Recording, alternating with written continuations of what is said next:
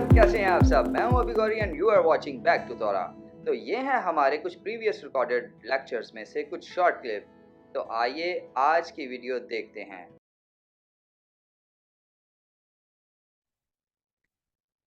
Thank you जी। Next session is the पार्शा।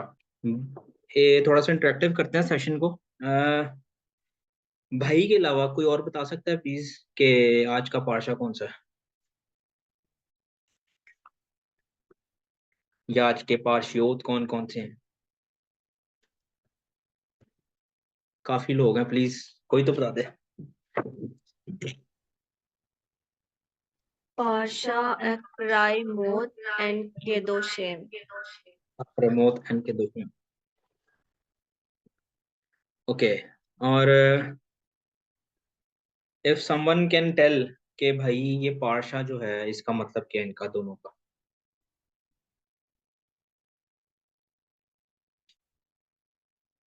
पढ़ा तो मुझे पता सबने है, कोई मतलब बता सकता है please? Anyone can tell the meaning of the पार्शियोट्स?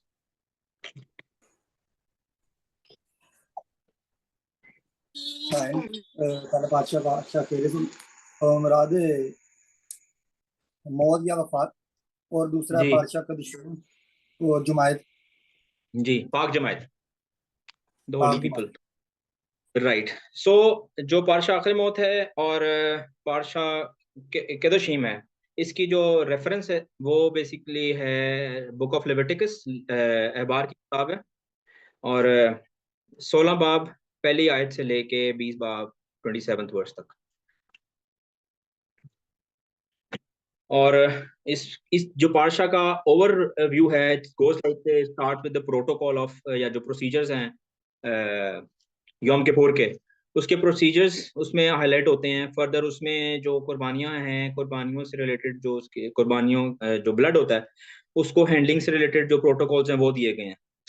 तीसरी जो इम्पोर्टेंट चीज़ है पारशा आखिर मौत की, दैट इज जो आपके फिजिकल रिलेशंस हैं, जो सेक्सुअल रिलेशंस हैं, उनके ऊपर प्रोहिबिशन। और फर्दर किन किन टाइम्स पे उन पे प्रोहिबिशन है उस पर बात जो है डिस्क्रिप्शन उसकी आगे उसमें मिलती है।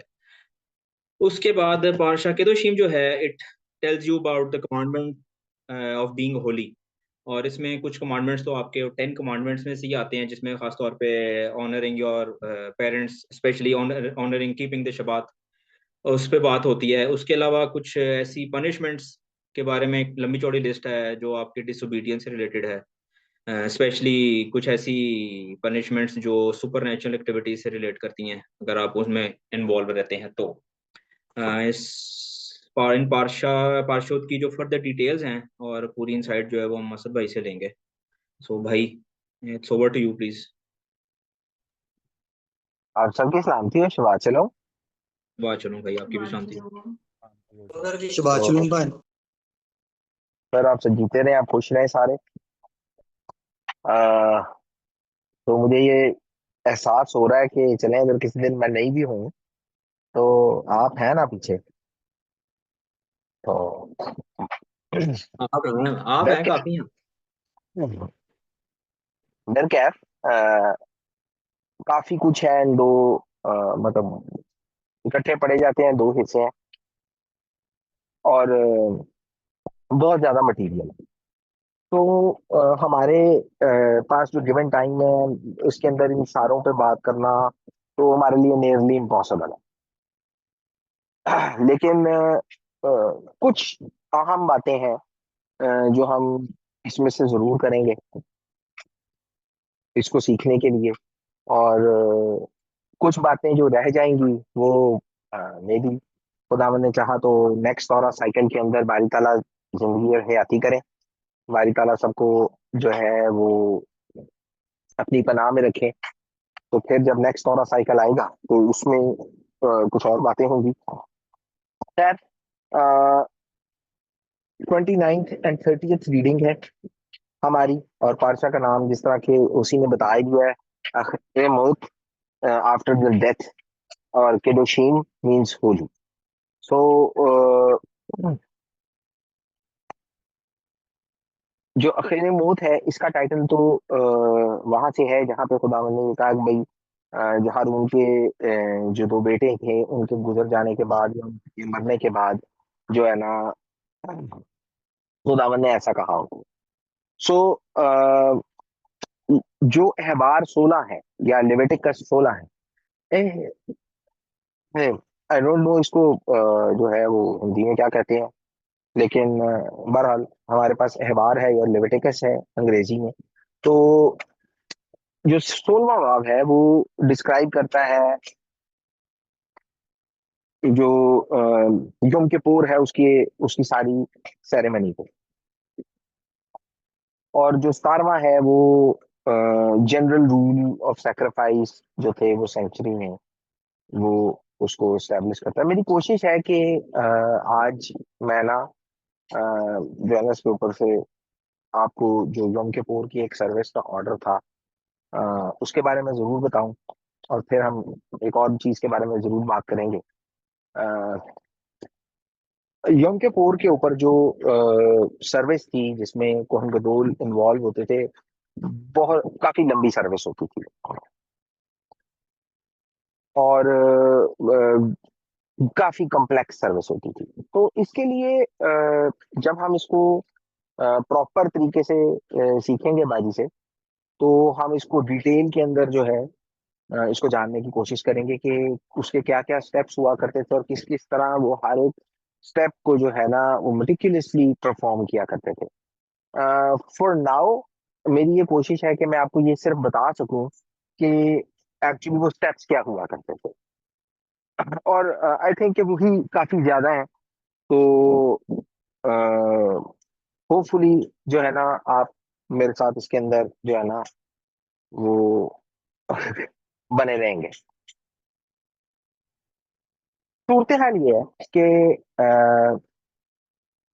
जो यम किप्पुर की जो सर्विस की प्रेपरेशन होती थी उसके लिए सबसे पहले जो सूरत हाल थी वो ये थी कि जो कोहन गदोल थे वो अपनी जो मॉर्निंग की जो डेली मॉर्निंग सैक्रिफाइस और जो सेरेमनीज थी वो उनको परफॉर्म किया करते थे।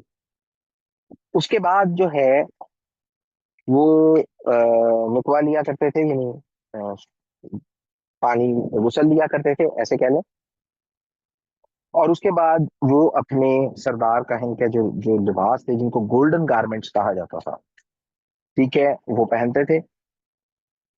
उसको पहनने के बाद जो उनकी सारा सेटअप था बर्ंट ऑफरिंग का उसको देखते थे, और फिर मेनोरा को जो है ना उसको आरास्ता करते थे, और फिर जो है वो मजमा के ऊपर बखूर जो है ना वो जलाया करते थे। इसके बाद जो है ना पाक तरीन मकान के अंदर जो है दाखिल होने के लिए, गालिबन ये आप सबको याद होगा, ये शायद हम पिछली दफा भी बात कर चुके हैं कि जब वो पाक तरीन मकाम में दाखिल हुआ करते थे तो वो अपने गोल्डन गारमेंट्स जो हैं वो उतार दिया करते थे, और जो है ना कतान का जो लिबास है ना सादा वो पहना करते थे। तो पाक तरीन मकाम में दाखिल होने की तैयारी के लिए वो गोल्डन गारमेंट्स रिमूव करते थे, और फिर जो है ना सेकंड टाइम वो जो है ना गुस्ल लिया करते थे, और उसके बाद गुस्ल लेने के बाद वो सिंपल जो वाइट लिनन के जो लिबास है वो पहना करते थे। और उसको करने के बाद जो है वो जो यम किप्पुर की जो सैक्रिफाइसेस हैं, जो उनकी कुर्बानियां हैं, वो जानवर जो है वो लेके आया करते थे। बैल होता था जो कि प्रीस्टली सिन ऑफरिंग के लिए जो है ना हुआ करता था। उसके बाद जो है दो जो है वो गोट्स होती थी, एक जो है वो सिन ऑफरिंग के लिए हुआ करती थी, और दूसरी जो है जिसके ऊपर काफी ज्यादा बहस होती है और काफी उसको जानने की कोशिश की जाती है, बहरहाल स्केप गोट हुआ करती थी, दूसरा अजाजील के लिए जो है वो होती थी। और इसके बाद जो है वो जो रैम है वो होता था प्रीस्टली बर्ंट ऑफरिंग के लिए, सोखनी कुर्बानी के लिए।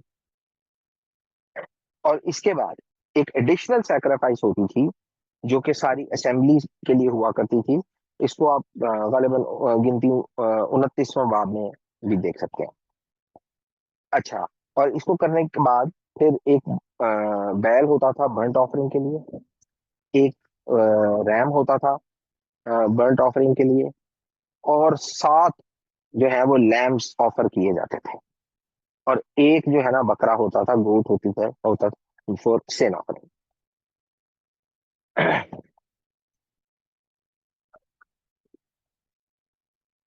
सिन ऑफरिंग के अंदर जब ये सारे प्रोसीजर्स चल रहे हैं, तो सिन ऑफरिंग में जो है वो जो है बैल उसके ऊपर हाथ रखा करते थे।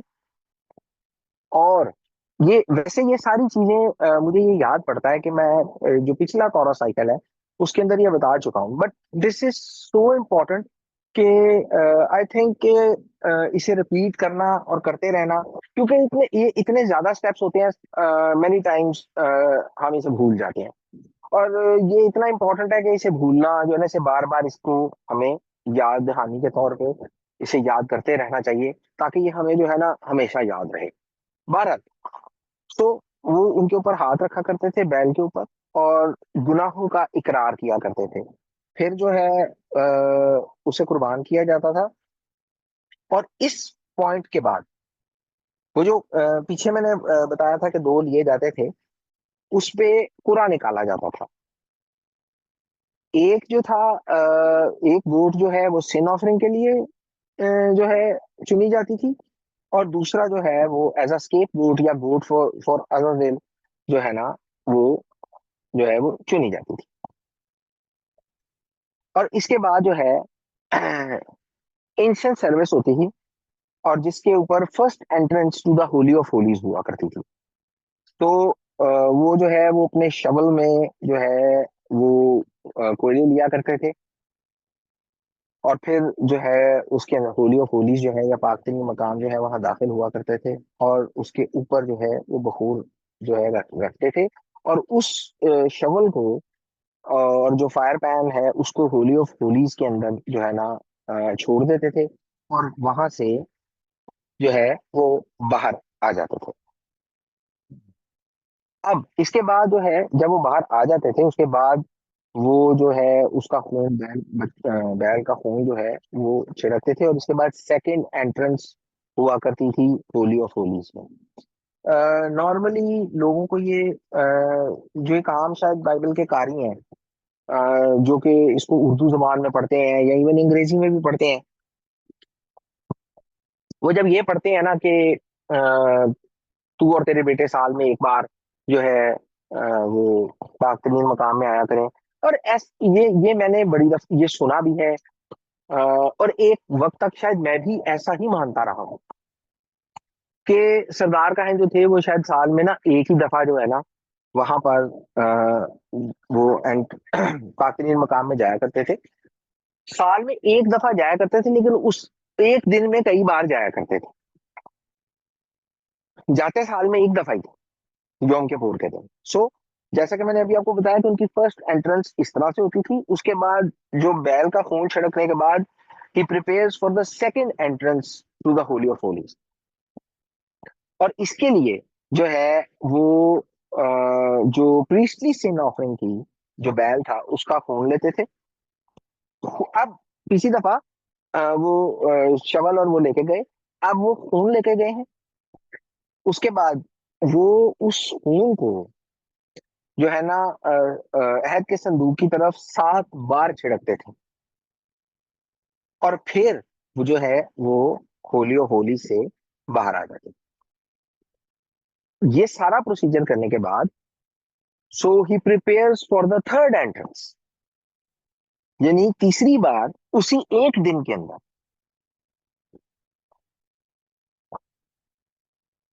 यौम किपुर के ऊपर सरदार काहिन को इतना काम करना पड़ता था, और ये साल में एक दफा आता है, सबको ही पता है।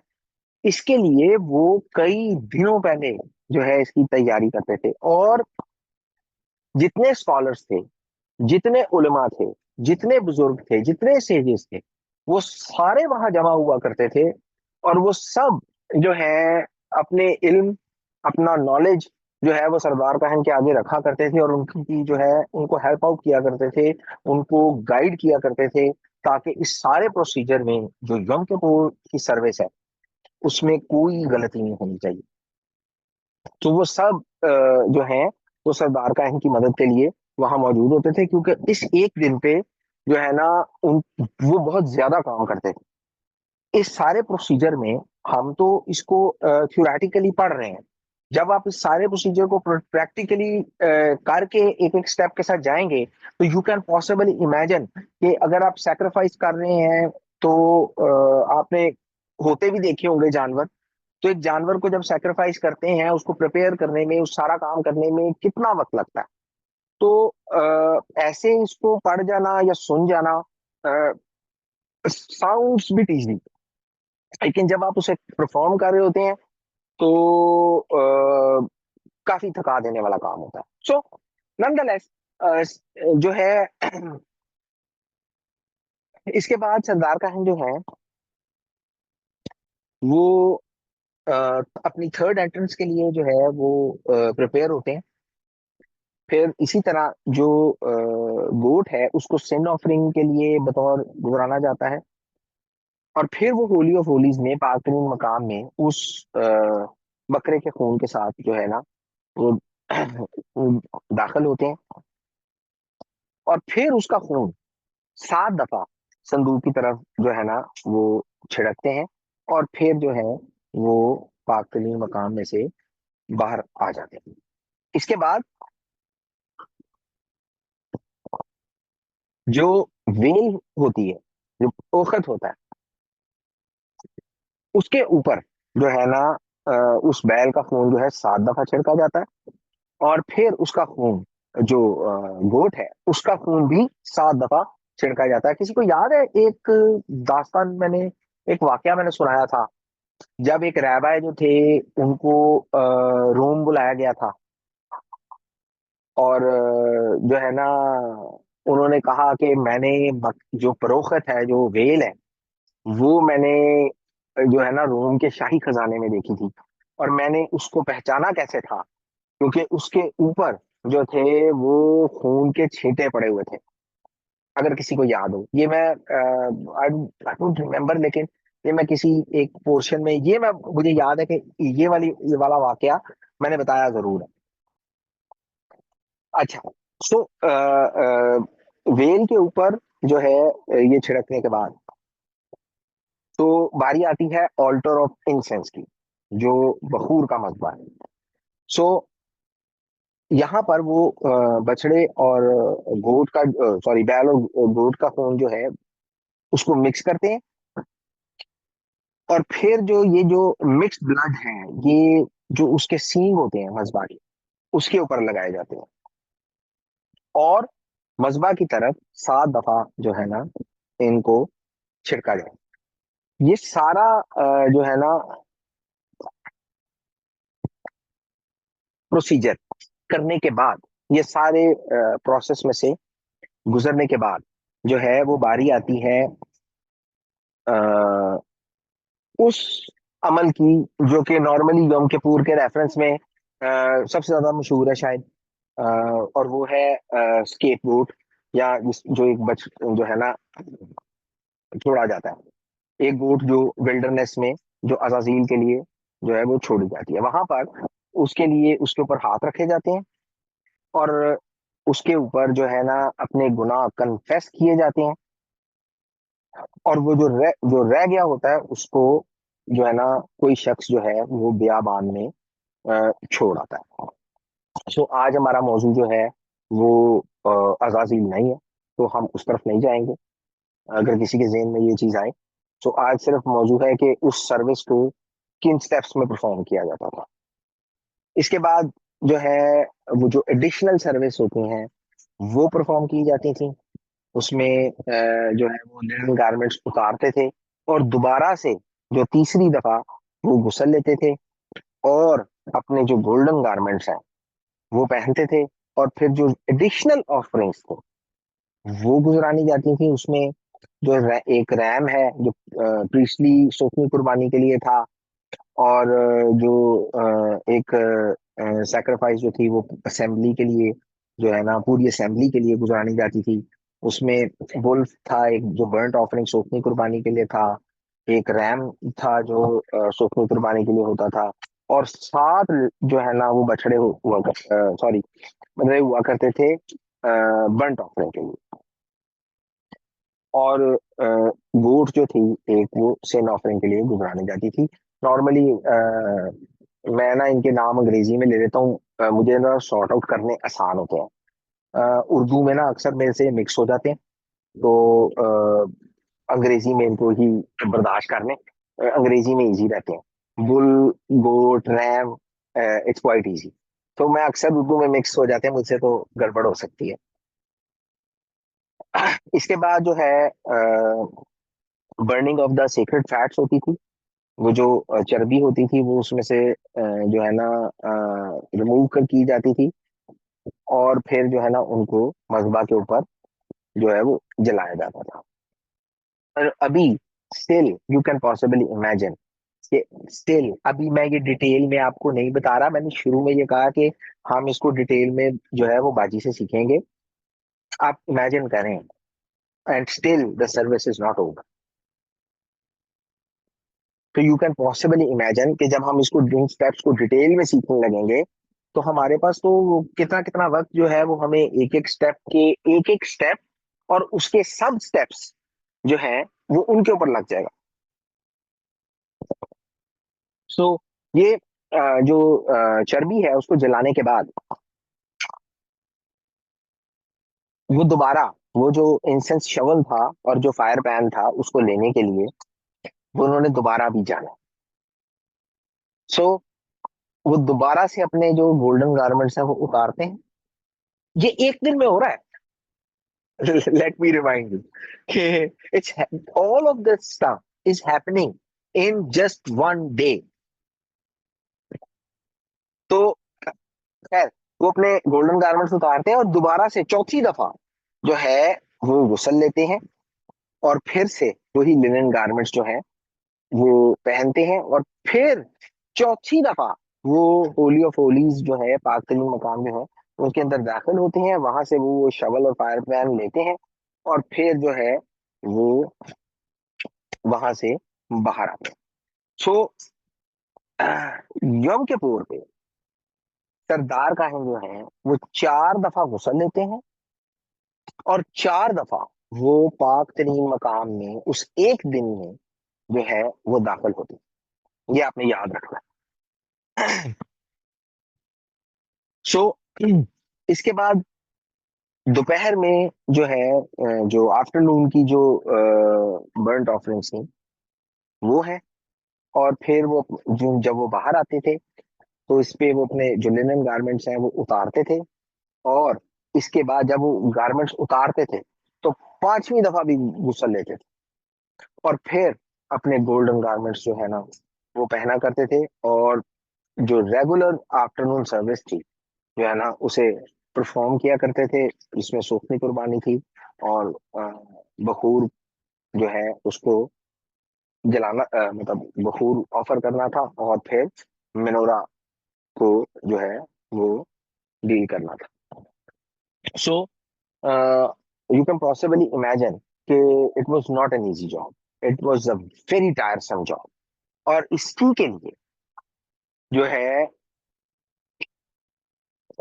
पूरी कौम, पूरी उम्मत के जो बुजुर्ग और काहिन थे, जो सेजेस थे, वो वहां उनकी मदद के लिए मौजूद होते थे, और पूरी बाकी उम्मत जो है वो, एंड इट्स ऑब्वियस, ये तो हम सबको पता है कि यौम किपुर के ऊपर जो है वो रोजा होता है, और वो पूरी कौम जो है वो इन अ दुआया फॉर्मेट, वो सरदार काहिन की इन अ प्रेयर फॉर्मेट जो है वो हेल्प कर रही होती थी।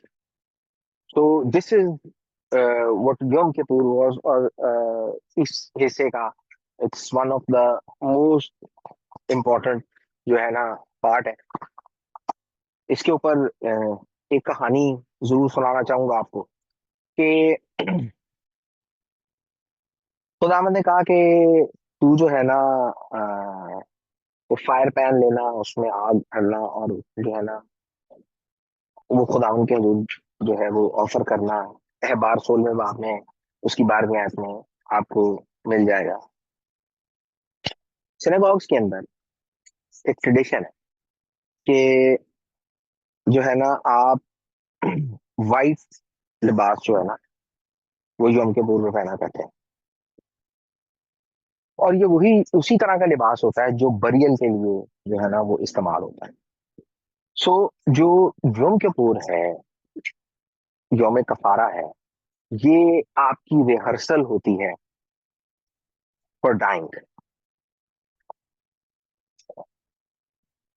क्योंकि यौम किपुर वो दिन है जिसमें आप you practice coming face to face with Hashem. इसी दिन आप यू कन्फेस योर सिंस, और आप जो है खुदावन से माफी मांगते हैं कि जो है ना खुदावन आप पर रहम फरमाए। और जितने मेरे जानने वाले हैं, जितने मेरे क्लोज हैं, मैं आपको ये बताऊं कि जब मुझे ये पता भी नहीं था ना कि I don't know for some, I know it's not an unknown reason, but for some unknown reason let's say this, everybody close to me knows, जब मुझे ये पता भी नहीं था there is a tradition of wearing white on every Yom Kippur since 2014। I have a special white dress, जब मुझे ये पता भी नहीं था। within my within myself I felt like कि जो है ना I need to wear white. I didn't knew back in days कि क्यों ऐसा क्यों है, क्यों जो है ना विद इन माई स्पिरिट में इसकी जो है ना कन्विक्शन सी महसूस करता हूँ कि मुझे ऐसे पहनना चाहिए। और जिस दिन मैंने ये पढ़ा था, ये चीज मेरे नॉलेज में आई थी, so strange kind of happiness. So आज तक जितने भी यौम किपुर मेरी जिंदगी में से गुजरे हैं, आई हैव ऑलवेज वोर व्हाइट। इसके ऊपर एक और भी आपको एक मजेदार कहानी सुनाता हूँ। शिमाउल हासिदीक जो है जिनके बारे में ये मशहूर है कि he was the last Kohen Gadol जिन्होंने खुदावन का नाम लिया था।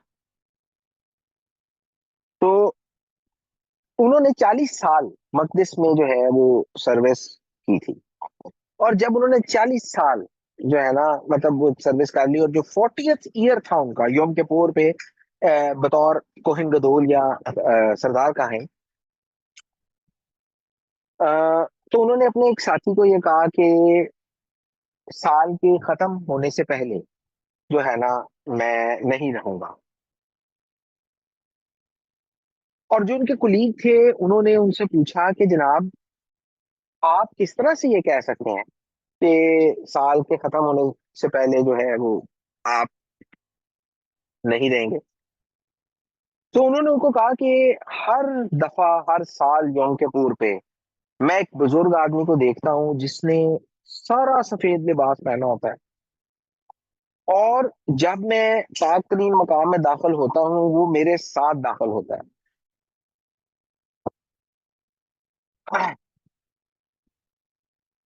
और जब मैं वहां से निकलता हूँ तो वो मेरे साथ जो है वो बाहर निकलता है। इस 40वें यौम किपुर पे मैंने उस आदमी को काले कपड़ों में मलबूस देखा है, और वो मेरे साथ पाक तरीन मकाम में तो गया है लेकिन वो मेरे साथ बाहर नहीं आया। तो 5 दिनों के बाद, और जब सुकूत स्टार्ट हुई, जो शमाउन हासिदी थे और वो अच्छी सेहत में थे, उनके मतलब कोई ऐसा मसला नहीं लग रहा था, यूं ही सुकूत खत्म हुई, वो यकदम बीमार हुए। He was sick for 7 days and then he died just as he predicted. So एक ऐसी कहानी जो जो है ना मेरे काफी दिल के करीब है। मैं एवरी टाइम जब मैं ये सुनता हूँ जो है ना मुझे मतलब इसको सुन के मुझे जो है ना आई don't no, very strange feeling. शायद यौम किपुर की बात हो रही है तो आई डोंट नो। बहरकैफ ये तो बात हो गई हमारे इस पार्शा के हिस्से में योम किपुर के रेफरेंस में।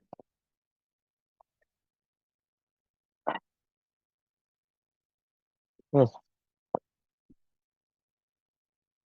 आज एक चीज है जिसके ऊपर मैं आपके साथ जो है ना तो बात करना चाहता हूँ। It's very very important. इस हिस्से के अंदर एक बात कही गई है और वो ये है कि you shall live by them, इनसे तू जिंदा रहेगा। सो ये कहा गया है कि अगर आप उसको हिब्रू में देखेंगे तो आपको कुछ यूं मिलेगा, Ushamartem et hukotaeve et mishpatae asher yaase otam ha-adam वखाए बहम अन्नी अदनाए। सो तुम मेरे आइन और अहकाम मानना जिन पर अगर कोई अमल करे तो वो इन्हीं की बदौलत जीता रहेगा, मैं खुदावंद। And this verse is one of the most misinterpreted verse in the church, कि इन अहकाम से तू जीता रहेगा। अगर आप इसकी हिब्रू में देखेंगे, इब्रानी देखेंगे, तो वहां पे लफ्ज इस्तेमाल हुआ है वखाए बहम। तो वखाए बहम जो है इन्हीं की बदौलत जीता रहेगा। तो बेबीलोनियन तालमुद, बाबली तालमुद, उसका जो ट्रैक्ट योमा है, उसमें ये चीज बयान ये यूं की गई है कि व्हेन यू परफॉर्म मिtzvah यू शुडंट डाई।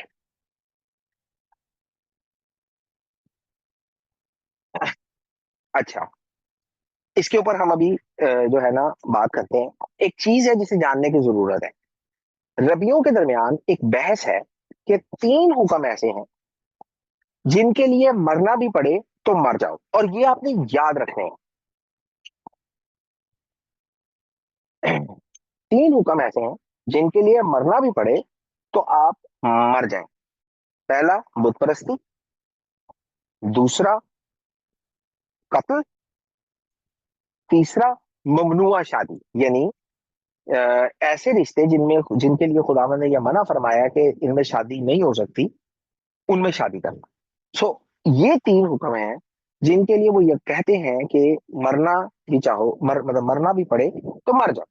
सो कहने का मतलब ये है कि अगर जो बाकी अहकाम है उनमें अगर भूल चूक हो भी जाए, अगर उनमें आपसे कोई गलती हो भी जाती है, तो आप उन्हें दोबारा करने के लिए जिंदा होंगे।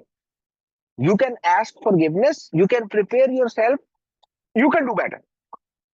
लेकिन ये 3 हुक्म ऐसे हैं कि it will destroy who you are. ये आपका जो इनर मैन है, ये उनको तबाह कर देंगे। तो वो ये कहते हैं कि ये 3 जो अहकाम है ये ऐसे हैं कि जिनके लिए मरना भी पड़े तो मर जाओ। बाकी अहकाम में अगर कोई भूल चूक हो भी जाती है तो जो है खुदावन से माफी मांग के दोबारा से उनको करने के लिए जो है अपने आप को तैयार कर ले। एक मिद्राश है, वो ये कहती है कि वसाए बाहिम ले ओलाम,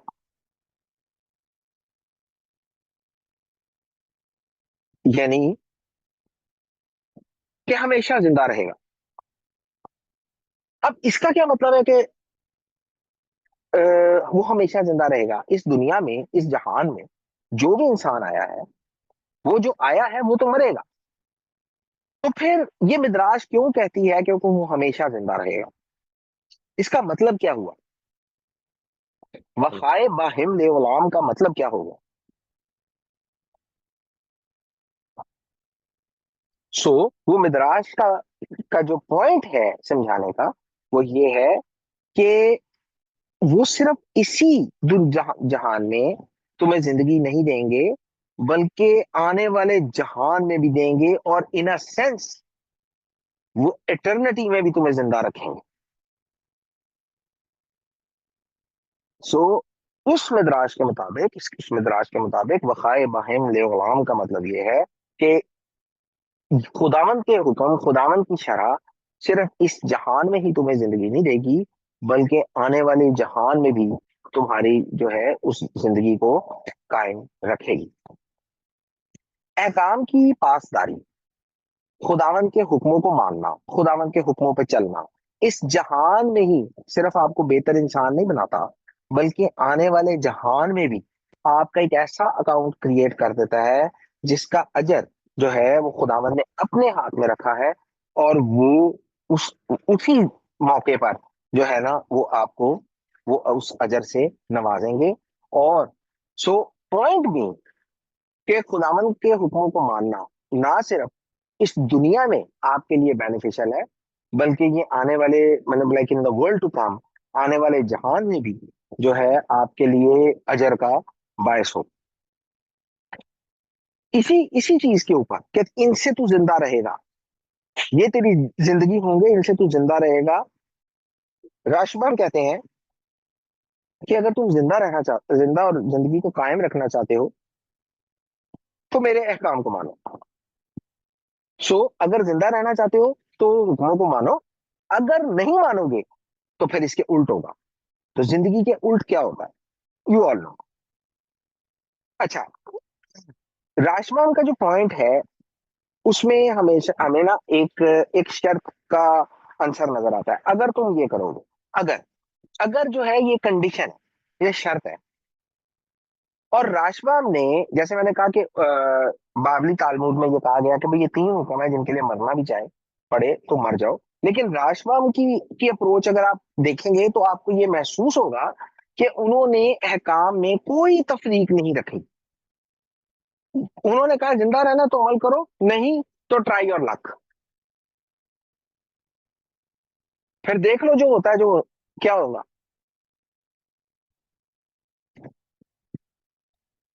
सो उनके पॉइंट ऑफ व्यू में, उनकी इंटरप्रिटेशन के मुताबिक अहकाम के अंदर कोई तफरीक मौजूद नहीं है। जिंदा रहना है तो अमल करो, otherwise you can try your luck. और इसी एक लफ्ज के ऊपर वखाए बहम यूसुफ बखोरशो जो है वो ये कहते हैं कि इस बात को कि you will live by them, you can take it as a fact. Let me explain. वे फैक्ट की तरह कैसे लेंगे आप? अगर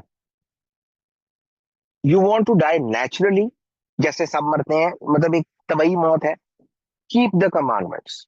और आप अप्रोच चेक करें कि इसी एक चीज को लेके कि इनसे तू जिंदा रहेगा, कि क्या खूबसूरत अप्रोच उन्होंने ली। उन्होंने कहा कि if you want to die naturally keep the commandments, if you want to die in a different way don't keep them.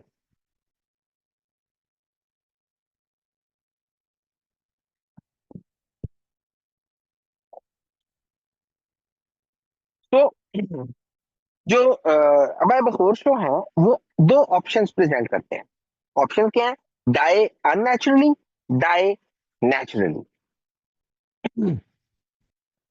लोगों के लिए rabbi, even even for the rabbis, जो इनकी इंटरप्रिटेशन है, it's quite strange, quite difficult to interpret, और मुश्किल काम है, मुश्किल तफसीर है। मैं आपको एक चीज बता देता हूँ, पर्सनली मेरा यही मानना है। आपको अगर न्यू टेस्टामेंट की एक वर्स याद हो कि अगर तू बेखौफ रहना चाहता है तो नेकी कर, अगर तू हाकिम के सामने बेखौफ रहना चाहता है तो नेकी कर। मैं आपको ये बता रहा हूँ, मेरा पर्सनली मानना ऐसा है कि मैं इनकी तफसीर से मुतफिक हूँ। सो सूरत हाल ये है कि when you obey the commandments, आपके अंदर से खौफ जाता रहता है। सच की एक अपनी ताकत होती है। अगर आप सच बोल रहे हो तो उसका एक अपना जो है ना, एक अपना अ, उसकी स्ट्रेंथ है। बहरहाल पिछले दिन वरना साइड नोट, पिछले दिनों मैं इतना झूठ सुन चुका हूँ कि अब तो जो है ना, मतलब like it feels like my year ears are ringing. So सूरत हाल ये है कि रैबा जो है वो नेचुरली और अननेचुरली समझाना क्या चाहते हैं। मेरे वालिद साहब जो है उनका ये मानना था कि मर्द खुदा, ये उनका मानना था। आप डिसएग्री कर सकते हैं, डिसएग्रीमेंट कोई बुरी चीज नहीं है, लेकिन बहरहाल ये मेरे वालिद साहब का मानना था कि, और अब मुझे समझ आती है कि जब उन्होंने बात की, और वो इस तफसीर से वाकिफ भी नहीं थे। वो कहते थे कि मर्द खुदा कभी हादसे में नहीं मरता, इन एन एक्सीडेंट। खुदा का बंदा हादसे में नहीं मरता। अब मैंने उनसे पूछा, मैंने कहा जनाब आप ये कैसे कह सकते हैं कि खुदा का बंदा हादसे में नहीं मरता। और एक मुझे पूरी तौरा के अंदर से कोई खुदा का बंदा दिखा दो जिसका एक्सीडेंट हुआ हो और वो एक्सीडेंट में मर गया हो। पूरी तौरा में से कोई एक बंदा दिखा दो। मैं जंग की बात नहीं करता, मैं बीमारी की बात नहीं करता, ठीक है। दे एम्ब्रेस्ड देयर डेथ। उन्होंने कहा मेरा वक्त आ गया है। उन्होंने कहा मैं बताता हूँ, एक करेक्टर है जिसको खुदा ने मना किया था कि जिस रास्ते से जाएगा वहां पे जाके बैतल के मजबा के खिलाफ नबूवत करना, जिस रास्ते से जाएगा वहां से आना नहीं, वहां पे कुछ खाना पीना नहीं। और वो नबी जो है उसको एक नबी ने रोक लिया। You can read it in the Bible, stories there. और लिखा कि जब वो वहां से निकला तो उसको रास्ते में शेर ने फाड़ दिया। अगर मुझे पूरी तौरा में से कोई ऐसा इंसान दिखा दो जो मर्द खुदा हो और वो हादसे में अननेचुरली मर गया हो। मैंने कहा मैं आपको बताता हूँ, अखियब मरा था। आपको याद है पिछली दफा मैंने कहानी सुनाई थी कि उसने तीर जो है ना रैंडम तीर चलाया और रैंडम जाके उसको लग गया।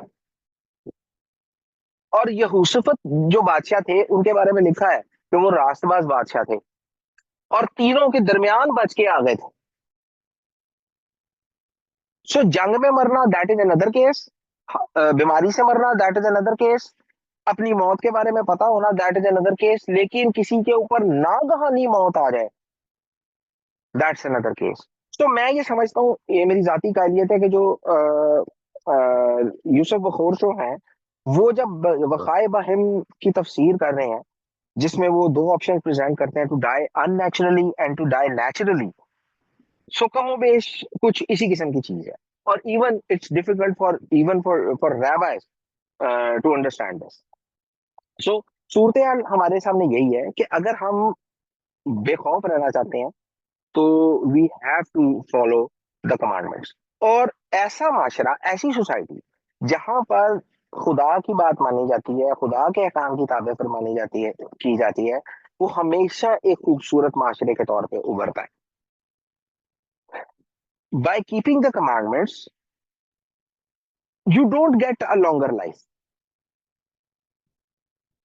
eternal life. You don't get the longer life, you don't get the eternal life, but your life. अगर आप इसको समझ सकें तो ये एक बहुत बड़ी बात है। जब आप हुक्मों पे चलते हैं, यू गेट योर लाइफ। और अभी मैं शायद रिसेंटली ना इसके बाद हम बात करते हैं रबीनो बाकिये की।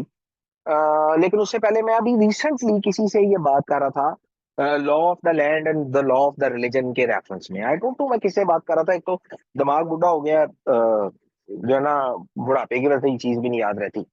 लेकिन बहरहाल मैं किसी से बात कर रहा था कि लॉ ऑफ द लैंड और लॉ ऑफ द रिलीजन जो है ये किस तरह जा रहे होते हैं। सो बहरहाल रबीनो बाकिये जो है वो ये कहते हैं कि ये जो पारशा के अंदर ये बात की गई है ना कि वखाए बहन, ये लॉज ऑफ स्टेट की बात की गई है। ये सिर्फ तौरा के कानून कवानीन की बात नहीं की गई, बल्कि ये लॉ ऑफ द लैंड की बात की गई है। और जब मैंने ये पढ़ी थी ये बात, इससे पहले मैं ये बात कर चुका था कि law of the land and law of the religion का जो है ना आपस में क्या रेलेवेंस है।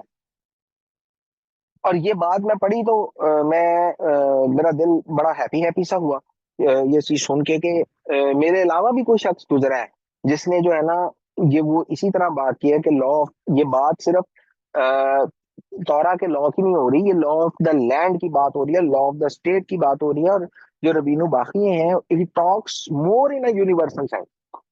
So, what he wants to say that every human must follow the law. Everyone should follow the law. और इस चीज की पैरवी करना, इन अहकाम की पैरवी करना, इट विल ब्रिंग लाइफ. कैसे?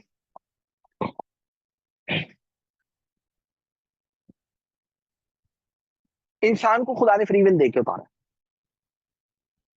आप बाहर जाते हैं, आप जाके जो है शूटिंग में इन्वॉल्व होते हैं, आप कुछ 2-4 बंदे मार देते हैं, ठीक है, लॉ ऑफ द लैंड आपको पकड़ता है, आपको फांसी पर लटका देता है. This is what it is.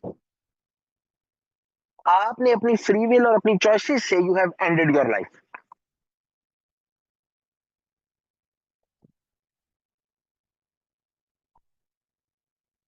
ये आपकी चॉइस थी. You took the gun and you killed the people.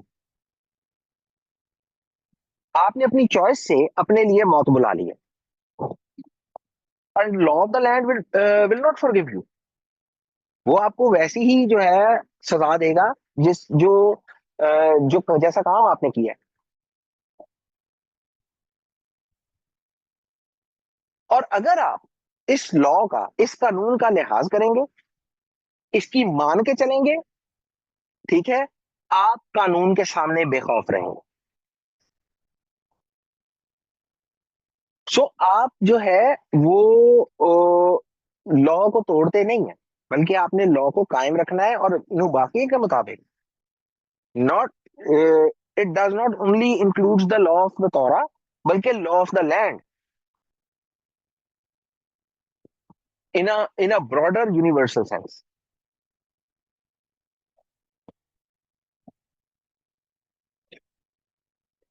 So इसी चीज के ऊपर कि इनसे तू जिंदा रहेगा, जो नजीब है उनके मुताबिक इसकी 2 इंटरप्रिटेशन है, लाइफ एंड नॉट डेथ. जिंदगी, मौत नहीं. सिंपल तफसीर. दूसरी बात वो ये करते हैं, a bit complex in a sense, कि to live in wholesomeness, to elevate your personality cognitively. आपकी जिंदगी एक मुकम्मल जिंदगी होगी, एक भरपूर जिंदगी होगी. वो 2 चीजें प्रेजेंट करते हैं. एक तो सादी सी बात है, सादी सी समझ आने वाली है कि जिंदगी है, मौत नहीं मिलेगी. ये तो सादी हो गई, सीधी सीधी सी बात है, समझ आती है. दूसरी ये है कि आप अपनी जिंदगी को, जब आप खुदा के हुक्मों पे अमल करते हैं, तो आप अपनी जिंदगी को एक भरपूर जिंदगी के तौर पे गुजारते हैं. आप अपने आप को एलिवेट कर लेते हैं, आप अपनी पर्सनैलिटी को एलिवेट कर लेते हैं.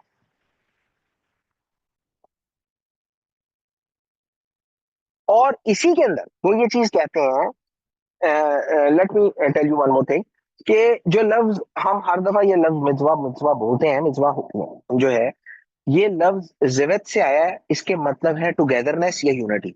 ये आर्मी के स्क्वाड के लिए भी इस्तेमाल हो जाता है. मतलब उनका ये है, कहने का मतलब ये है कि when you are joined with the mitzvahs, it gives you life. जब आप खुदा के हुक्मों के साथ जुड़ते हैं ना, तो आप जिंदगी पाते हैं. और जिंदगी कि इस सूरत हाल में 2 चीजें होती हैं, या आप जिंदा होंगे या आप मुर्दा होंगे. सो कुछ लोगों के बारे में ये कहा जाता है कि वो मुर्दा होते हैं, सिर्फ दफन नहीं हुए होते. उनकी जिंदगी ऐसी होती है कि वो ओवरऑल मुर्दा ही होते हैं, बस सिर्फ उनका दफन होना बाकी होता है. सो क्या आप इस सूरत हाल में जिंदगी गुजारना चाहते हैं, या आप जो है हुक्मों के साथ जुड़ के अपनी जिंदगी को एक होलसम लाइफ और एक मतलब एक एलिवेटेड लाइफ जो है वो बनाना चाहते हैं. And for this you need to follow and you need to obey what Hashem is telling you. और देन विल कम के by them you will live, और इन्हीं से तू जिंदा रहेगा। तो बारी ताला जो है वो हम सब पे रहम फरमाए और ये फजल दें कि हम उनके हुक्मों के साथ जुड़ के इन हुक्मों से जो है वो जिंदगी जो है वो अखज कर सकें, ना कि उस तरह के लोगों की तरह जिंदगी गुजारे जिनका सिर्फ दफन होना बाकी होता है, तोते वो मुर्दा ही हैं। तो बारी ताला हम सब पे रहम फरमाए और अपने हुक्मों और अपने आइन और अपने रहम से हमें जिंदा रखें।